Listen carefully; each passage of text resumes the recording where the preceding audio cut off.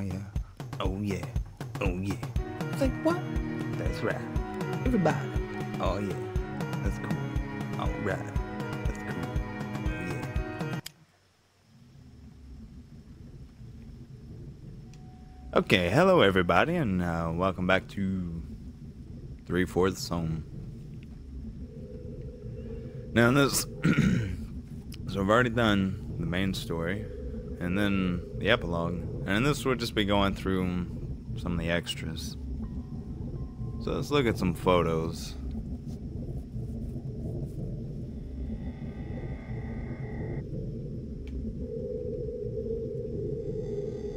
Kelly Myers, fall 2007, final project. Don't see it. Oh, okay. Okay, so this is the house. Wow.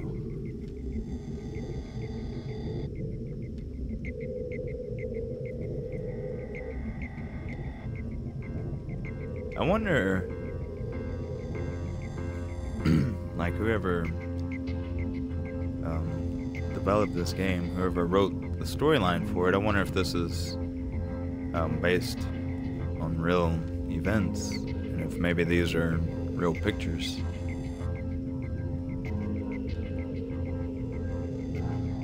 Or I'm sure they are real pictures, but I mean of her actual house, and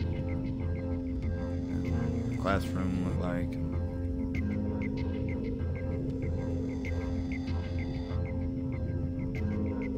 Not sure what that is.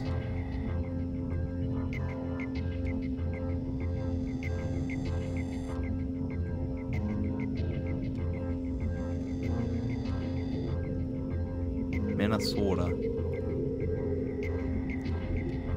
Probably some pictures from the factory where her father worked and she was trying to get a job.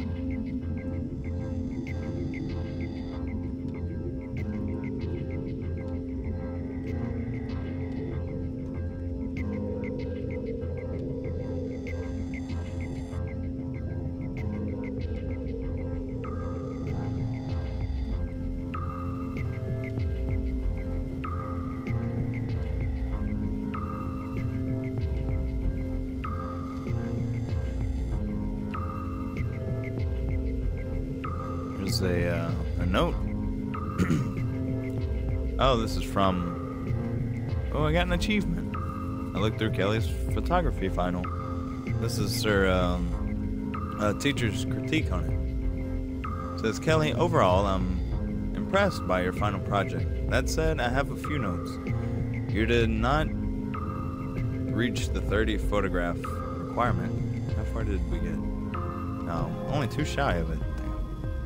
Work on your titles. Most of them come across as too simple or pretentious. Is there any logic to the order of the photos? As a photo essay, there should be some kind of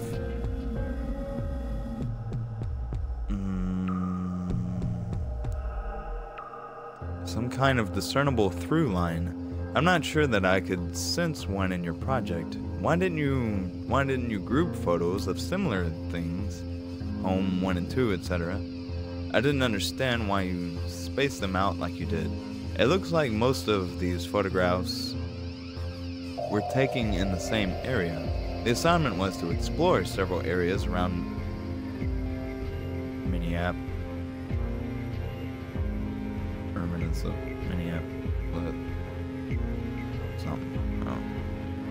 I can only count 4 in your photos. Talk to me if I'm mistaken. I really think your project would have benefited from more time, focus, and content. Your choices, location, something, ordering, feel rushed, or even something possibly even pretentious. But your eye for composition has come a long way this semester, and the subject matter you've chosen has the potential to be very Interesting. For some reason, this project manages to be better than the sum of its parts. Hope to see you in class next year. And she got a 70.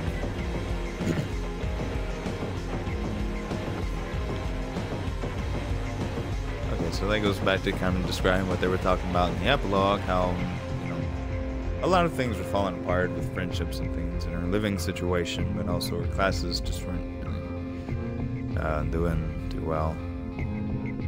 Not the main menu. Or, yeah, I guess so. Okay. Main menu, yeah. And then there was a set of stories, I think they're stories that Ben had written over the years that he's been writing, which I think is only about 2 or 3. I'm interested to see what they are, and there was one story of his that he told to Kelly over the phone. That was quite good, I thought, and I also thought it paralleled what was going on in the game quite well. Alright, Dad, please don't let Mom read this one. Okay, A Wanderer in the Wastes by Ben Myers. Nothing waits for you in the wastes, she said. The words echoed in the wanderer's ears as he walked, his pace ragged and uneven. I am dying, he said to himself. In every direction, an identical path. Not mirrored, not unchanged, but identical nonetheless. The wanderer did not understand it himself, but it was true. He turned his head, yet the image before remained familiar, changed in the ways that only men find important, but the footfalls remained unchanged. The handholds were the same. Every direction led to one destination, one he had not set out for, but one that pulled with an inescapable gravity. I am dying, he said again, to no one. His words felt muted. The air passed between his lips, but were muffled, weakened. Oh, I hit the start button. That was bad. Sorry. I am dying, he said once more.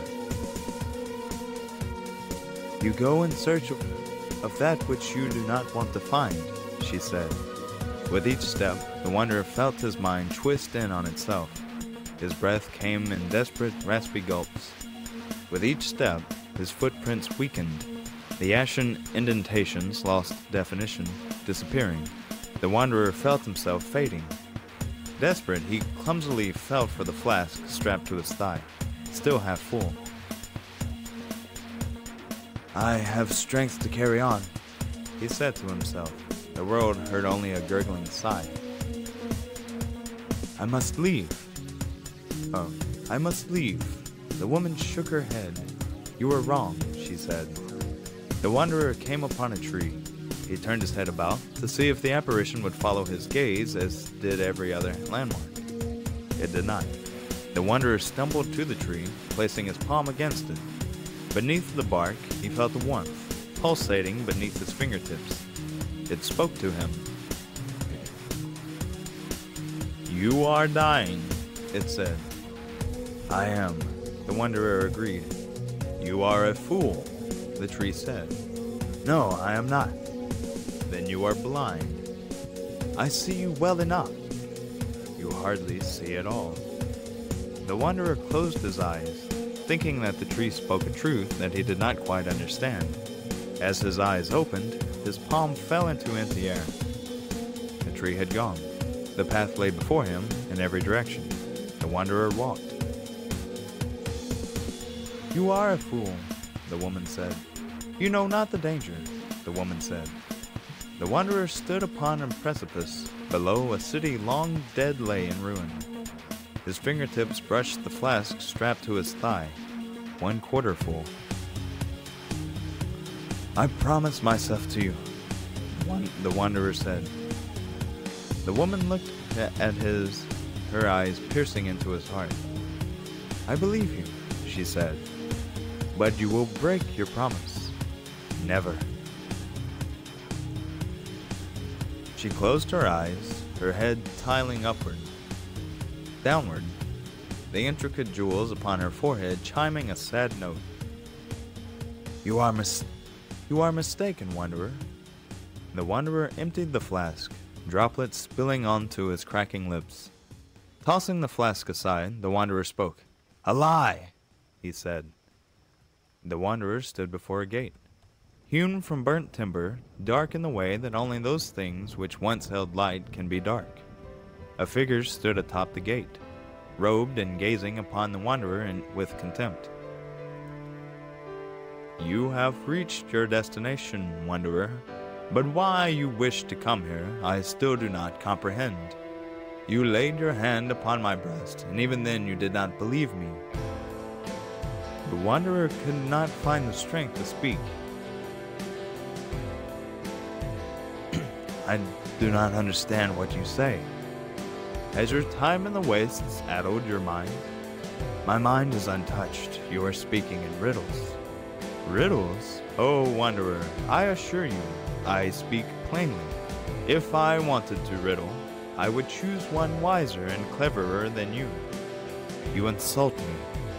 I am honest. I apologize if it is foreign to you. You are foreign to me, Spectre. I am not afraid. I am afraid not. It is you that is foreign to yourself. You have grown a stranger to me, she said. What do you mean? You know, she said. The figure shifted its weight, leaning over the rampart. You ridicule me. The Wanderer managed to croak, the words painful. The figure said nothing. You torment me. This place is of your making. The Wanderer reached for his flask as if by reflex. His fingers found only a spot worn into denim, the flask long cast away. Wake, my love, he said. I am awake. You must go back to her, he said. I cannot. You are a fool, he said. The gates creaked open before the Wanderer, revealing a place cast so heavily in shadow as to be heavy with it. You have chosen this path, the figure bellowed. Come or be gone. The Wanderer stood before the open gate, feeling the emptiness of his frame. And if I do not, then you may wander these wastes. There must be another option. The figure turned away. I grow weary of your indecision. It is no longer of any importance to me. You have all of the guidance you will receive. The figure disappeared to descend an unseen staircase. Wait! The Wanderer pleaded. There is much I must ask of you. The figure did not answer.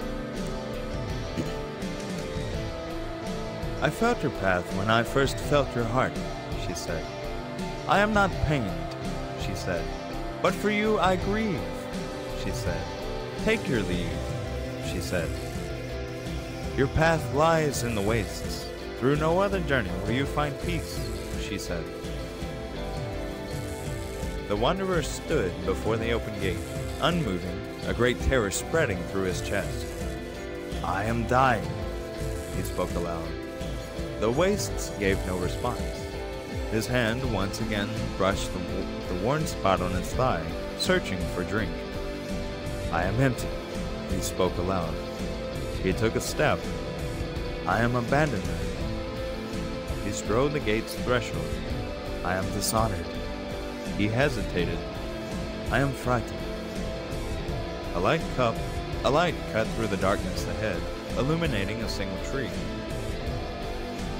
You are blind, the tree said. No, said the Wanderer. I believe I may finally see. He took a step into the thick veil beyond the gate. Do you love me? She asked. I do. Then you have chosen your path, she said. I did not wish for this to happen. You must wander all the same. You cannot stay here, she said. I do not want to. I will change. I will love you.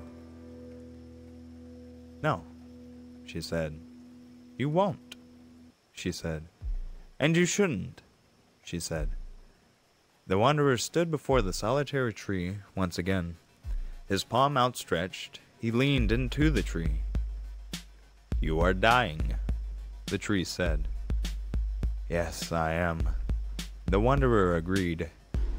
"Do you regret your path?" The wanderer hesitated.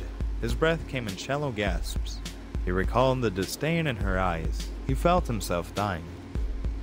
"No," the wanderer finally said. The tree assumed a new shape. The figure now stood before the wanderer. "Good," the figure said, smiling. "Will you come with me?" "Yes," the wanderer said. "Close your eyes," said the figure. "Close your eyes," she said. "Close your eyes," he said. "Come with me," said the figure. "Go with him," she said. "Come with me," he said. "And awake, your path is not yet ended." "You were sleeping," he said.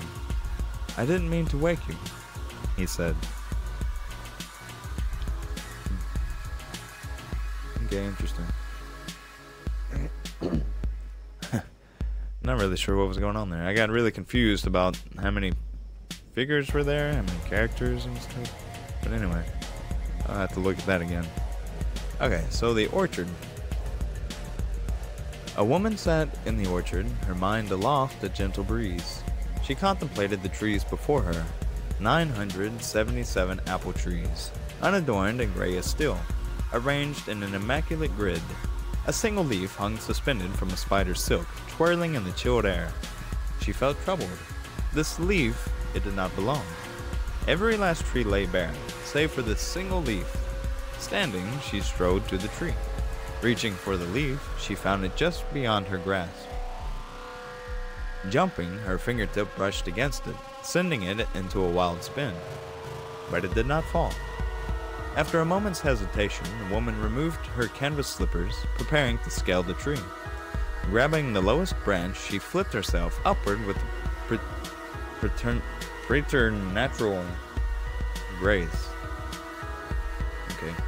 Ascending the tree in a spiral trajectory, she soon found herself perched above the leaf. She pondered this imperfection, this aberration, a solitary remnant of a summer long past, a summer her people remembered only in verse. How was it that this leaf survived so long? How had it defied the rest of the world, refusing to move on, as did everything and everyone else? The sound of the machine broke her reverie.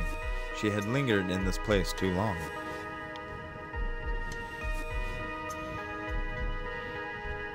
Three-fourths home. Interesting. Chapter 1. Jackie sat atop his father's shoulders, arms draped around his neck, near the back of the crowd massed before the launch pad. Everyone had a loved one aboard the ship, towering a mile high into the atmosphere. For Jackie, it was his sister. For the young man quietly crying beside him, it was his father. For 3,125 parents, their children. For 4,933 children, their parents. It was the 357th launch, not quite halfway through the planned 800 rockets bound for the Exodus, a colossal vessel assembled in orbit around Mars. The last hope for our species, the minister had called the program when it was announced 30 years before. Our only hope of survival. By the nation's official census, the Earth's entire countable population stood at 10 million in 2232. By year's end, only 7.5 million would remain. The rest, 1/4 of the population, would be en route to the Exodus, bound for the depths of space to find something new, to find hope. What that meant, no one particularly knew, or at least no one would say. They are our greatest explorers, the minister had said, and, most likely, the last of our species to leave the surface of the Earth. Jackie watched as the rocket's boosters lit, counting the seconds until the roar washed over the crowd. He thought about his sister, strapped into the cavernous hole. He thought about the years she had spent in quarantine in preparation for the voyage. He thought about when he was allowed to say goodbye. Through 6 inches of glass, her face distorted, monstrous looking. He thought about how he would probably never see her again. The first reports of the condition began in 2138. It was an illness that behaved strangely, affecting each individual differently. Symptoms ranged from those closely resembling a common cold to those that mimicked leprosy. It was difficult to diagnose, impossible to treat, and it spread with an urgency that seemed designed. By 2180, 90% of the human population of Earth was dead. In 2193, the nation was formed in an attempt to corral the last remnants of humanity within its borders. In 2195, the borders were closed permanently, leaving an estimated 100 million outside. It was unknown if any of that population survived. The condition persisted, but methods of treatment became precise, brutal, and necessary. Every newborn was implanted with a biometric reader that constantly tested the blood for any presence of the condition. If any was detected, it treated the disease with the only effective method for eliminating it, by releasing an acid into the blood that boiled the body's organs from within. Even with this method of disease control, the human population continued to decline. Transmission was tricky to prevent. Quarantine measures were developed that managed to stave off the disease, but the expenses required limited application to those who had managed to cling to wealth. In 2205, the nation's minister announced the Exodus program. At once both the most ambitious project humanity had ever undertaken and its most desperate. The government seized all quarantine facilities, using them to isolate 100 engineers and scientists for the 6 years it had been determined would effectively eradicate the possibility of the condition lurking undetected in their population. At the end of their internment, they were loaded into the sterilized hull of a rocket bound for Mars. Halfway between Earth and Mars, the rocket fell into orbit around the Sun, where it would remain for a decade, the vacuum of space serving as a final measure against any contamination by the condition before the sterile inner hull separated and made the final leg of the journey to Mars. Upon arrival, the group of about 100 began construction on the Exodus using materials shuttled to the planet by near-continuous launches from Earth. Once construction was complete, it was accepted that these engineers would perish at their final outpost. 2225 marked the year that the government began to determine who would make the journey to the Exodus. Every family was required to submit at least 2 members for evaluation.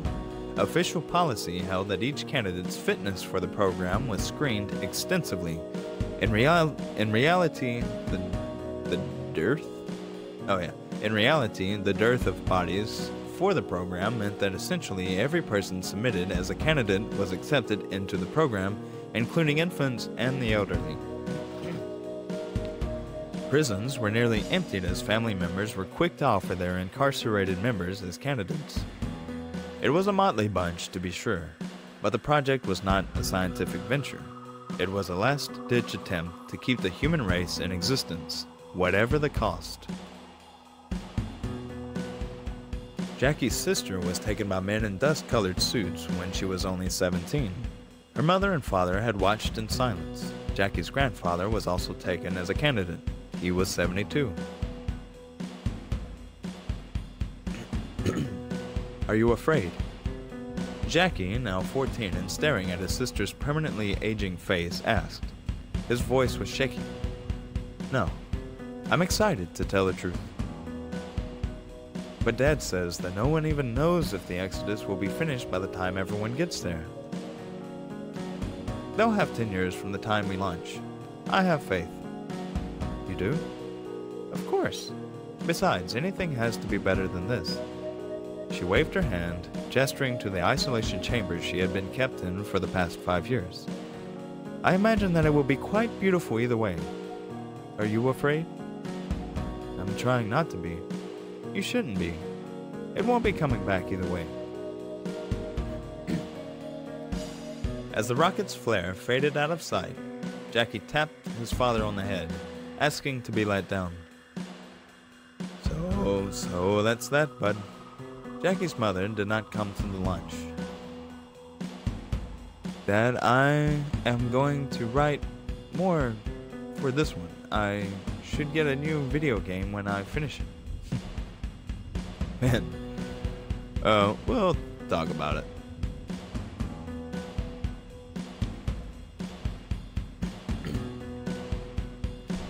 Right, the drunkard. A man slumped over a table in the corner, his breath heavy and vaporous. Henry watched him from the corner of his eye, wiping down tables he had already cleaned 3 times over. The man did not seem to notice, his eyes fixated on the glass before him. He's been here every night for nearly 3 years now. The bartender had told Henry earlier that day, his first day on the job. Never really says much. I think he's foreign, but I can't be sure. The man's droopy, leathery eyelids fluttered briefly, as if he were about to pass out. Henry leapt instinctively toward the man's table to grab the half-full glass of bourbon before the man smashed it with his face. When his hand closed on the glass, the man grabbed Henry's wrist with a quickness that he could not have anticipated. "What do you think you're doing, young man?" The man spoke with an odd cadence, perhaps an accent that Henry could not place. "I'm sorry, I thought you were about to take a nap in your glass," Henry stammered. "I was just deep in thought, sir." "Oh, sorry." The man realized he was still clamped onto Henry's wrist and let him free. It's fine, no worries." Henry forced a smile, the fumes of alcohol billowing from the man's body making his eyes water. "Would you like to hear a story?" the man asked. "I'm sorry, a what?" "A story. It's what I was thinking about. Would you like to hear it?" Henry glanced at his watch. His shift had been over for 5 minutes without him realizing it. Against his nose's better judgment, Henry nodded and sat across from the man. "Did I ever tell you about the time I was in a war?" "Did you ever?" "No, sir. This is the first time we've spoken." "Nonsense. I know a familiar face when I see one. But I don't think I've told you about it yet. I was in a war, you see, back in my homeland." "Where's that?" Ben asked, thinking he could get on the bartender's good side by learning this bit of information. The man waved his hand, dismissing Henry's inquiry. "That doesn't matter.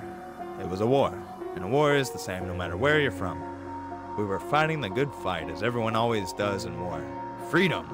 We shouted, running in and dying for people who thought they deserved power more than whoever else was wielding it at the time. Those details are unimportant. I didn't want the fight, you know. I was wealthy. My family owned a big, manse. A house. It was a big house, with servants and gardens and a wine cellar. I missed that wine cellar. I didn't want the fight, see, because what did it matter to me? I was safe, I was fed, and I had all the wine I could drink." "What happened?" Henry asked. The man squinted his eyes, smirking a bit. "I fell in love with one of my family's servants. We had to sneak around, but it didn't matter. I was in love. I asked her to marry me. When she said no, I demanded to know why. You know what she said? She was a servant, so that wouldn't work." "Ha!" The man pounded his fist dangerously close to his glass. The near miss seemed to remind him that the glass was there, so he took a deep swig before wiping his lips and staring back at Henry. "I wish that was the case. Turns out she was a member of the revolt, and she was sent to spy on my family. I was shocked, but the blindness of love kept me from anger. I told her I would fight with her. I would follow her to the ends of the earth, fight whoever it took to keep her close." The man fell silent.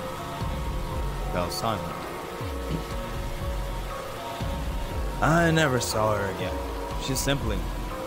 The man made a flying motion with his hands. "Disappeared. I left home and joined the first militia I could find, thinking that I would be able to find her. And that is how I ended up fighting a war. For love. An ugly look fell upon the man's face as he spoke these words. Did you find her? Oh, I asked that. Did you find her? No. The man tilted his head back, pouring the last of the bourbon down his throat. Get me another drink, will you? I'm actually not... Henry began to protest. Okay, sure. Be right back. Taking the glass, Henry strode to the bar and motioned to the bartender. The guy in the corner needs another whiskey. Aren't you off? The bartender asked, filling the glass to the rim. Yeah, but this guy, he's interesting. You're talking to him? Is that weird? He's just never really talked to anyone here before. Besides, more please and thank you, I mean. Could be he's just that drunk. Could be. The bartender agreed, handing the full glass of bourbon back to Henry. Turning, Henry began to walk to the man's table, only to see it empty. A small stack of bills and coins left neatly in the corner. Guess he decided to run out for the night, the bartender said. He nodded to the glass of whiskey in Henry's hand. You can have that if you want. No, I'm good. The man was sitting at the table, glass in hand, when Henry arrived the next afternoon. Near the end of his shift, Henry was again waved over to the table. Would you like to hear about the time I fought in the war? Befuddled, Henry stammered. You told me yesterday. Yesterday? Nonsense. I did not take a seat. I will tell you about it. I did not. Take a seat. I will tell you about it. Henry turned his head to his boss, standing behind the bar. Pointing at his watch, Henry gave him a pleading look. His boss nodded, giving his approval. Okay, sure, I'll bite. Henry sat down in the chair opposite the man. I was a street rat as a kid, you know. My parents left me on a street corner one day and I never saw them again. So I grew up homeless. You turn to crime and you live like that. It's the only way to eat. You weren't wealthy? Oh, goodness, no. Whatever would have given you that idea? Quite the opposite, actually. Like I said, I was a criminal, but only to stay alive.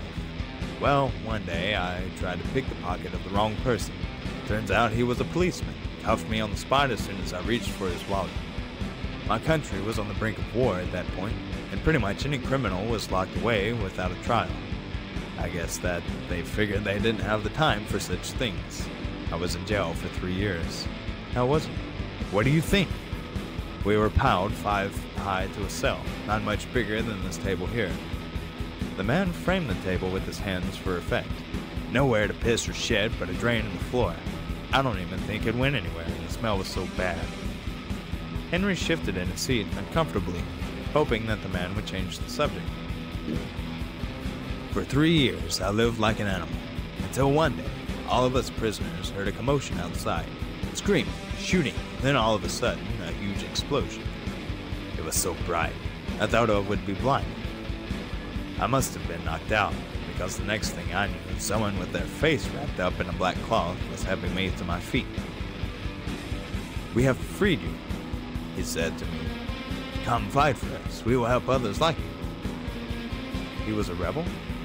A freedom fighter is what they like to call themselves. I didn't know what they were fighting for really, but I liked the idea of freedom, so I joined their cause. The man took a long gulp from his glass. Turned out they were just as bad as the ones they were supposed to be fighting. After years of war, I ended up back in jail, arrested by the very people who gave me freedom before. After I managed to escape, I left my country and never went back. That's awful, Henry said. Shouldn't be a surprise, young man.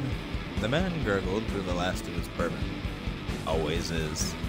After swallowing, he handed the empty glass to Henry. Grab me another one, will you? Sure thing. Henry took the glass to the bar, where the bartender gave him a knowing look. Another story? The bartender asked.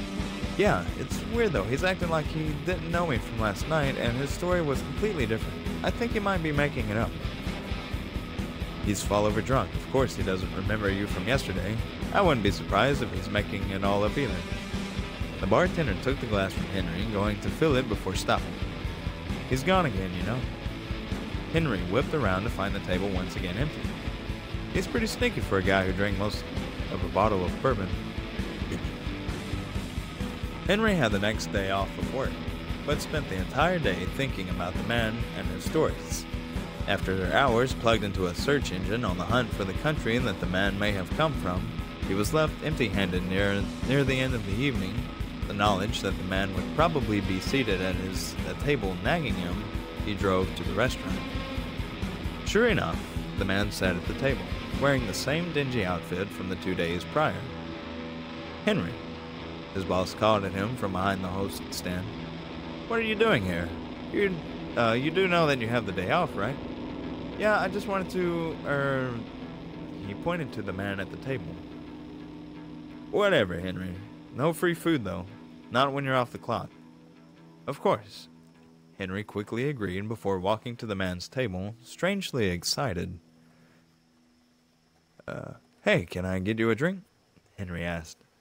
The man looked up, regarding Henry with a look that made it clear he had no idea who he was. After a moment, the man shook his head, holding a full cup of bourbon up to Henry. "Maybe the next one. Take a seat, though. I want to tell you a story." Sure, Henry said, sitting down. "What's the story?" "I fought in a war once, you know." "Yeah? Were you a prisoner?" "A prisoner? Goodness, no. I would never." The man exaggerated offense. "What are you trying to say about me, eh?" Taken aback, Henry could not find the words to answer.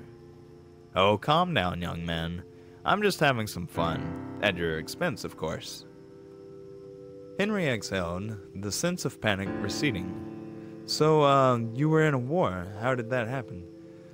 "I didn't even live in the country. My sister did. She moved there with her husband after they were wed.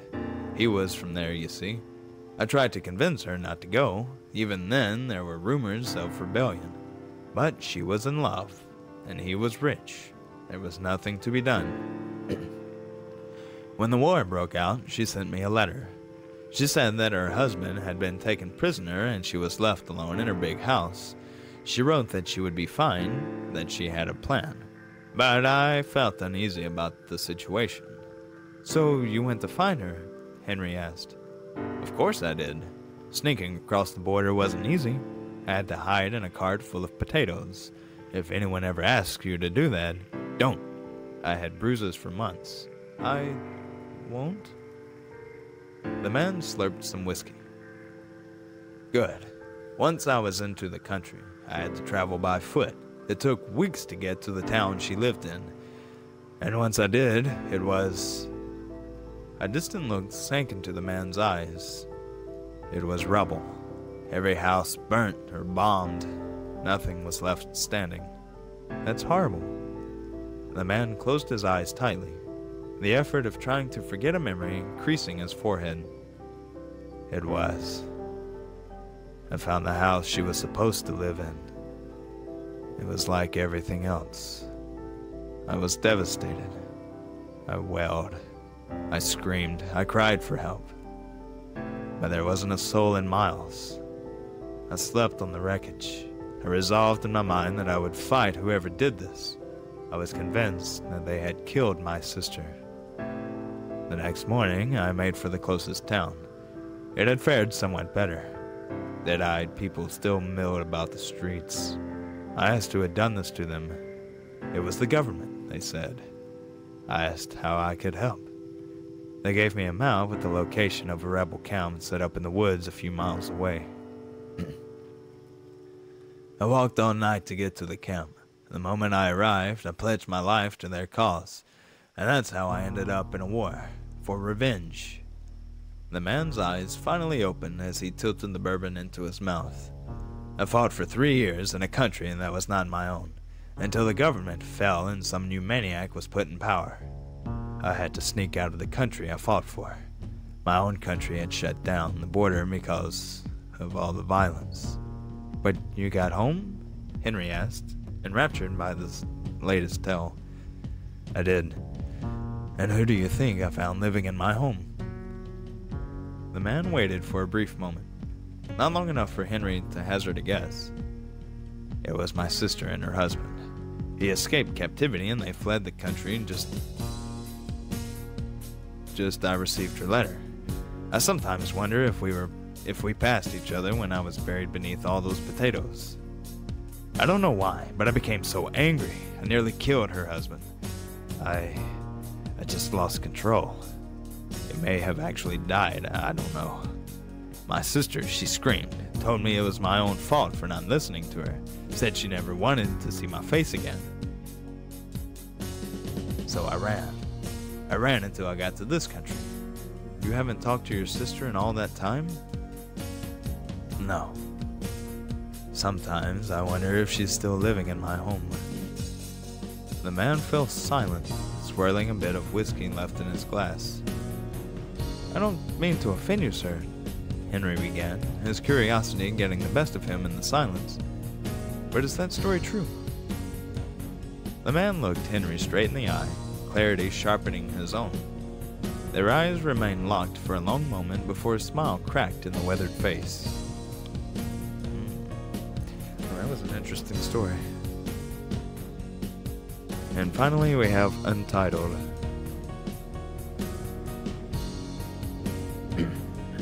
Oh, that's the one from the game. Okay, so we've already done that. Okay, so there are the stories that Ben had been writing over the past couple of years. So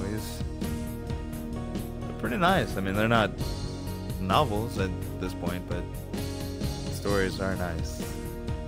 The first one, The Wonder in the Wastes. I thought it had a lot going for it. I didn't fully keep up with how many characters were in the story. Sometimes it seemed like there was a wanderer to start off with and a lady speaking to him. Then a little bit later it seemed like there was another character, but then sometimes it seemed like they were all the same one, and then two were like another one, maybe even one after that seemed to be added, but it was hard to tell which one was saying what, or if they were all one or multiple or what. I got confused. But anyway, still the imagery and the mood set up by it, I did enjoy a lot. But anyway, thanks for listening, and see you next time. Doodles.